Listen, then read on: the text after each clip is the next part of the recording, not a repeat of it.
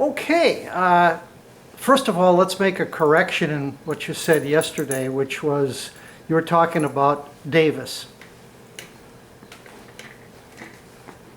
His name was not Max, but Ben Davis. And he had 6 children, 3 gals and 3 boys. This was the guy that had the race horses. He is the guy that had the race horses and the racing Oval. dogs. Oh, dogs. Yeah, Greyhounds too. greyhounds, yes. Okay. All right, we're going to pick it up from about the time that you were in National Guard camp. And we had talked about that. What can you remember about National Guard camp? Anything? What did you learn to do, and what kind of a job did you have in the National Guard? Well, I only went 1 year, Bill. And that year was so hot, we didn't do any things. And mostly we found, we played poker, and we found things to do where we could sit in the tent and fan ourselves. And your officers didn't care, huh? Well, there wasn't much choice that they could make, because when we lined up for going on trips and tramps and so forth, somebody would fall over, faint, and so they'd have to take them out of the line, and then we'd give up, and everybody, it was temperatures of 105, 106. Okay. What year would that have been? Was that 1936? It was when I was 16. Let's see, that would be 16, and 18 would be 24 when I... 34? 34, yeah. 1934. Well, that was well before World War II, and... At that time, there was no thought of war or anything of that Okay, sort. that's right, and it was right in the midst of the Depression. That's Talk why we about what joined you up. remember about the Depression, and what impressions it had on you. How did you feel about it? How did it affect your family? Well, it was a problem all the time for my dad to have enough money to go and buy things that he needed, because he had to take so much in trade.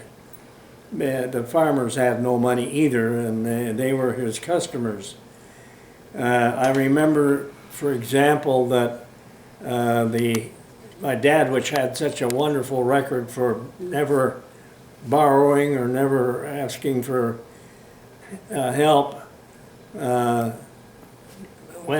sent me up to the grocery store to buy some food, and asked Mr. Krimmer to charge it, and Mr. Krimmer wouldn't do so, and that made my father so angry that he almost had a conniption fit. But I personally felt very frightened during the Depression, because I couldn't see what the heck was ever going to happen. The Depression was 10 years long, and we just couldn't seem to get out of it. But I myself, as a person, never was without a job. I was one of those people who could find a job to do and get paid for it, though it was damn low pay. And what about food on the table and that kind of thing?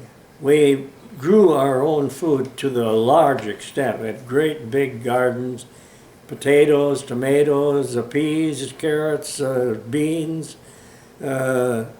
just about everything you could grow in the way of vegetables.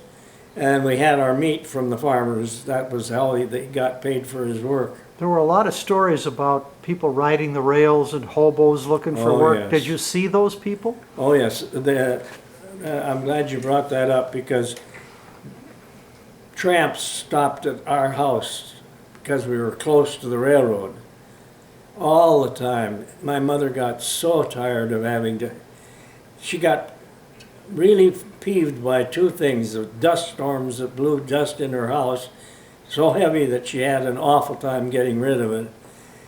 And you remember the dust storms in the 30s. And